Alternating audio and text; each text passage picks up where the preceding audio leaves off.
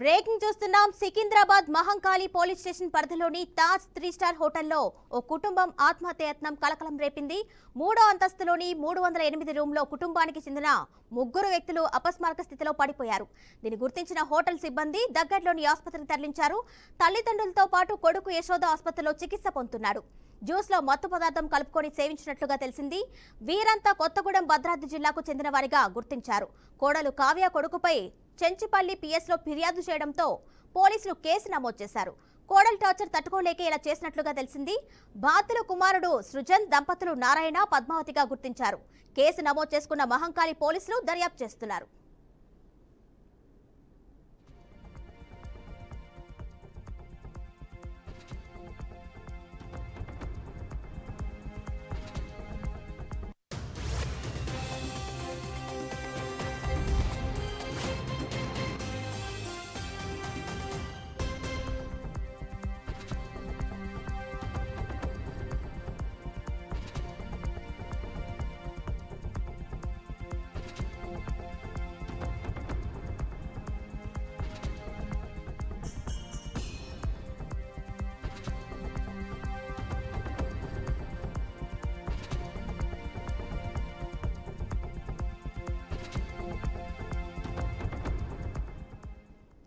Secunderabad Mahankali police station పరిధిలోని Taj 3 star హోటల్లో ఓ కుటుంబం ఆత్మహత్యాయత్నం కలకలం రేపింది.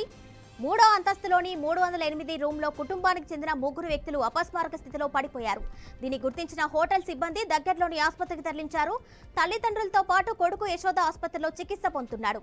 జ్యూస్ లో మత్తు పదార్థం కలుపుకొని సేవించినట్లుగా తెలిసింది. వీరంతా కొత్తగూడెం భద్రాద్రి జిల్లాకు చెందిన వారిగా గుర్తించారు. కోడలు కావ్య కొడుకుపై చెంచిపల్లి పిఎస్ లో ఫిర్యాదు చేయడంతో పోలీసులు కేసు నమోదు చేశారు. కోడలు టార్చర్ తట్టుకోలేకే ఇలా చేసినట్టుగా తెలిసింది. బాధితుల కుమారుడు సృజన్, దంపతులు నారాయణ, పద్మావతిగా గుర్తించారు. కేసు నమోదు చేసుకున్న మహంకాళి పోలీసులు దర్యాప్తు చేస్తున్నారు.